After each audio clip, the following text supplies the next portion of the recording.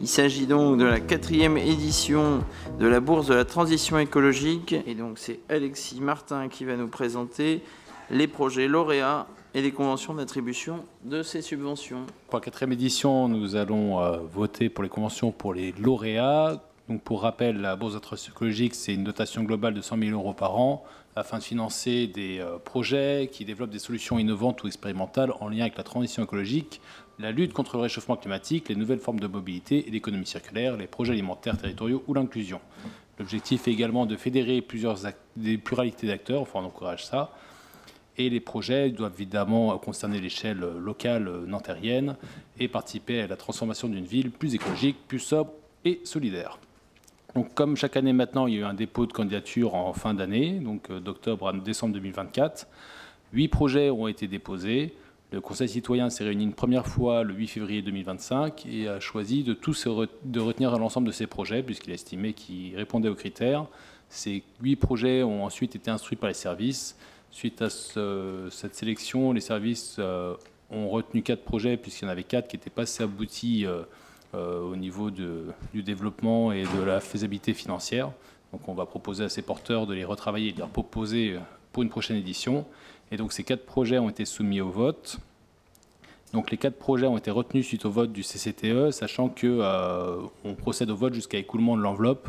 Donc pour le dernier projet, il n'a pas pu avoir l'ensemble de sa demande puisqu'il a eu le reliquat de l'enveloppe, donc 29 700 € alors qu'il réclamait 39 000.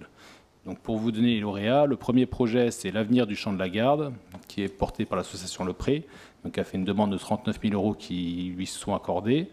Le deuxième projet, c'est les trésors oubliés de Nanterre, qui est proposé par Agathe Bezo, qui est une artiste nantérienne bien connue, qui aura donc 20 700 €. Le troisième projet, c'est la pépinière des savoirs, proposée par l'association Le Jardin d'Essence, qui est un jardin partagé dans le quartier du Chemin de Lille, qui aura donc 10 600 €.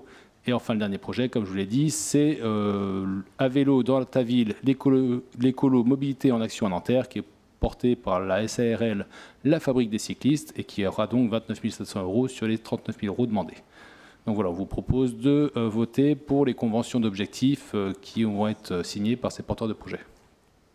Depuis 2021, la Bourse de la transition écologique représente un levier puissant pour soutenir des projets innovants et expérimentaux. Chaque année, 100 000 € sont alloués pour financer des initiatives qui répondent aux enjeux de notre ville. Au fil des années, la Bourse a soutenu 14 projets répartis sur 3 éditions. La première a vu la sélection de 7 projets, la deuxième en a récompensé 3, la troisième en a soutenu 4 et cette édition en suggère 4. Nous soutenons chaque porteur de projet en finançant jusqu'à 60% du coût total de l'initiative pour un financement maximum de 39 000 € par projet. Ce cofinancement garantit un impact durable et il permet aussi de transformer des idées en actions concrètes. C'est ce que nous avons vu avec des projets comme la récupération et la redistribution de produits d'hygiène de l'association Préserve ou encore la formation au tri menée par les scouts et guides de France. La Bourse de la transition écologique ne se contente pas de financer des idées, elle les transforme en projets visibles, mesurables et concrets. Cette dynamique est essentielle pour relever les défis auxquels nous faisons face. La transition écologique ne peut être portée par une seule entité. Elle nécessite la participation de tous, citoyens, entreprises et institutions. C'est pourquoi nous encourageons les partenariats dans les candidatures à la bourse. Mutualiser les ressources, les idées et les compétences est la clé du succès. Mais la bourse n'est qu'une partie de notre stratégie municipale. Nous avons également lancé de grands projets comme le Delta Vert entre les terrasses et la Seine. Ce grand projet qui va transformer un territoire discontinu en un espace de vie écologique et accessible à tous, à l'instar de l'Arboretum qui a permis d'étendre le parc des bords de Seine, créant ainsi un véritable poumon vert urbain qui allie biodiversité et innovation. C'est aussi le cas avec le plan 5000 arbres et le dispositif d'aide pour planter son arbre qui illustre notre volonté de végétaliser nos espaces urbains. Ces actions permettent de lutter contre les îlots de chaleur et d'améliorer la qualité de vie de nos habitants. C'est une véritable réponse concrète aux défis climatiques. Chaque arbre planté contribue à réduire la température dans nos quartiers.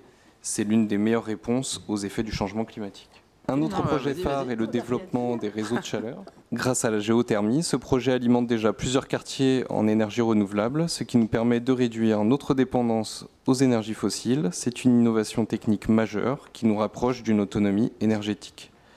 Le développement de ces projets sont des exemples concrets de la manière dont l'action municipale peut transformer l'urbanisme en une force de changement.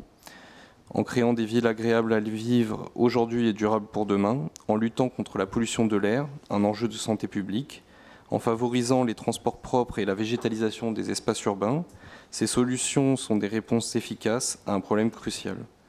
Oui, les défis à venir sont nombreux, mais avec des initiatives comme la Bourse de la transition écologique, nous avons les moyens d'y répondre. Faisons de Nanterre une ville plus verte, plus durable et plus solidaire. Continuons à progresser, à innover, à faire de la transition écologique une réalité concrète au service de tous. Je vous remercie.